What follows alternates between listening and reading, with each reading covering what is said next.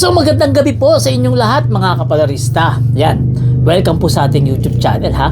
Pag-usapan natin etong si BP Sara, Pulong Duterte at saka si Basti Duterte, kung gaano kaduwag ito sa totoong buhay. Dahil kung ating matatandaan, ang pinoproject nila sa sarili nila matatapang, talagang pumapalag, talagang matitindi at matitikas mga prangka. Yan yung pinoproject nila sa sarili nila. Pero yung nakikita ng taong bayan, baliktad, kaya sila pinagtatawanan.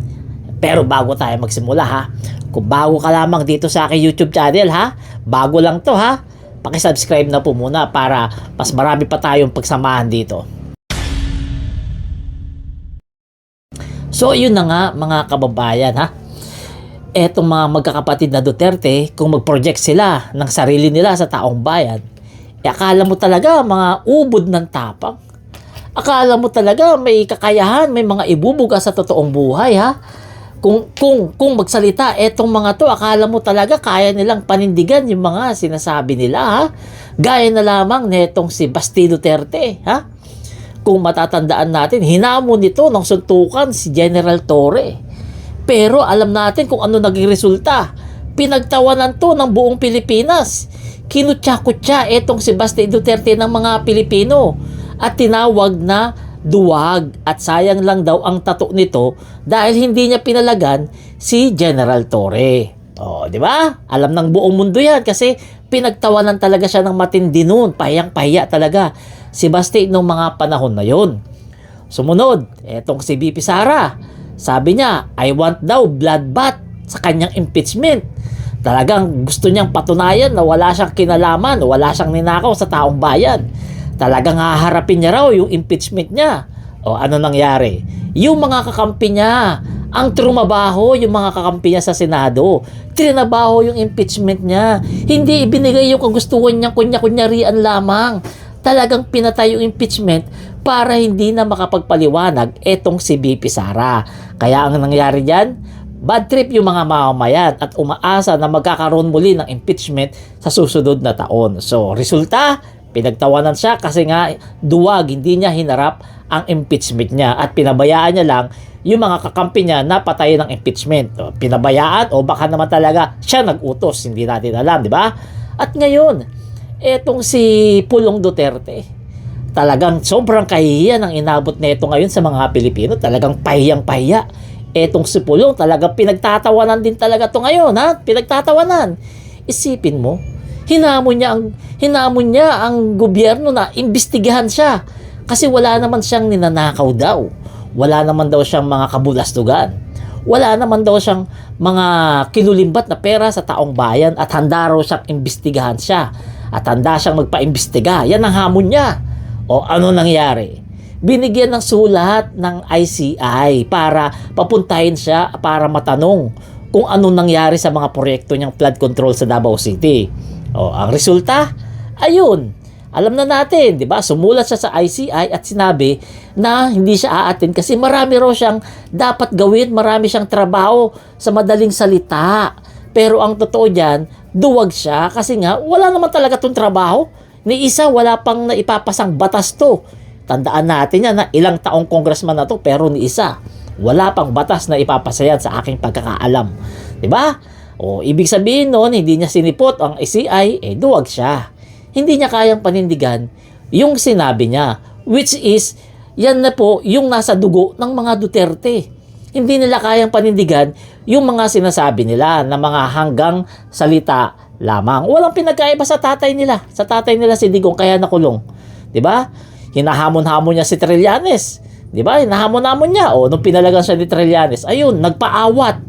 'Di ba? Nagpaawat siya doon sa mga kasama niya doon sa abogado niya. Nagpaawat siya. Kasi hindi niya naman talaga kayang palagan si Trillanes.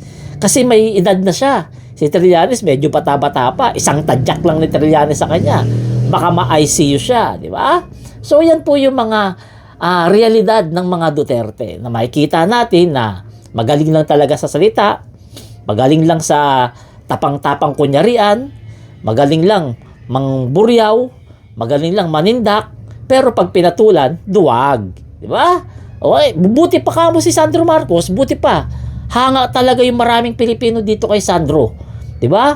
Kasi nakita natin si Sandro, siya pa mismo ang sumulat sa ICI na imbitahin siya para maimbestigahan siya. So ibig sabihin niyan, simple lang si Sandro Marcos, pero pumapalag. 'Di ba?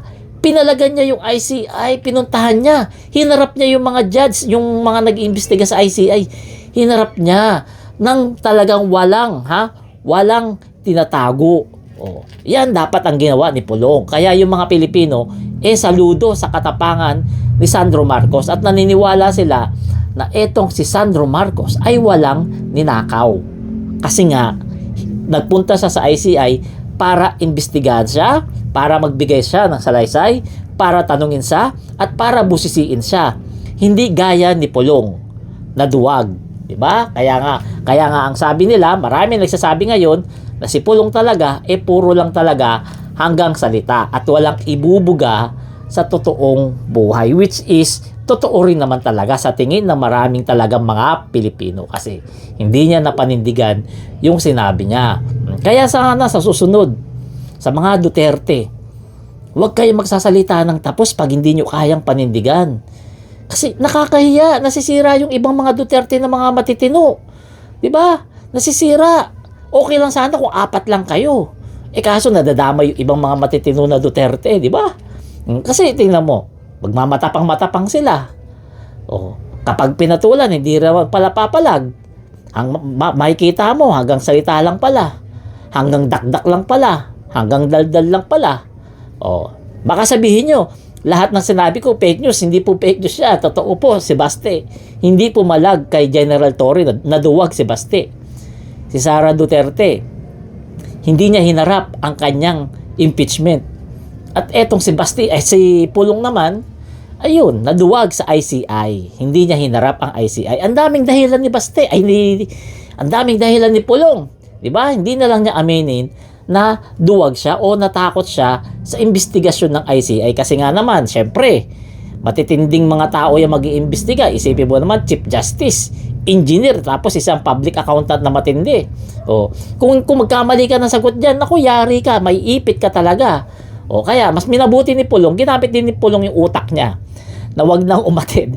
Baka naman madulas siya, o baka naman magkamali siya ng sagot, o baka naman kung anong masagot niya, hindi maganda para sa pandinig ng abogado niya. At ang resulta, baka magkanda leche-leche ang buhay niya. Baka hindi rin siya umabot na hindi siya magpasko sa labas. Baka sa kulungan din siya magpasko pag nagkataon. Diba? Kaya, okay lang rin. Ginamit ni Pulong yung utak niya. Diba? Pero, para sa maraming Pilipino, kaduwagan yung ginawa Kaduwagan yung ginawa ni Pulong para sa maraming mga kababayan natin. Mabuti talaga si Sandro at talagang pinakita niyang matapang. Paano? Mana sa kanyang tatay na si PBBM at mana sa kanyang lolo na si Ferdinand Marcos Sr. Diba? So mga kababayan, huwag niyo po kalimutan na pakisubscribe po itong ating bagong YouTube channel. At iba po yung tema ng vlog natin dito kaysa dun sa Facebook, kaysa sa TikTok. Iba yung vlog natin dito. Mas marami kayong ma-enjoy dito sa bahanat natin dito sa YouTube. Kasi medyo hindi sila mahigpit dito. Hindi gaya sa Facebook, napakahigpit. Lalong-lalo na kapag may mga sinasabi kang mga foul words, nako, yari ka talaga. Di ba? So mga kabayan, hanggang dito na lang. Huwag niyo po kalimutan. Please subscribe sa aking YouTube channel. Salamat po.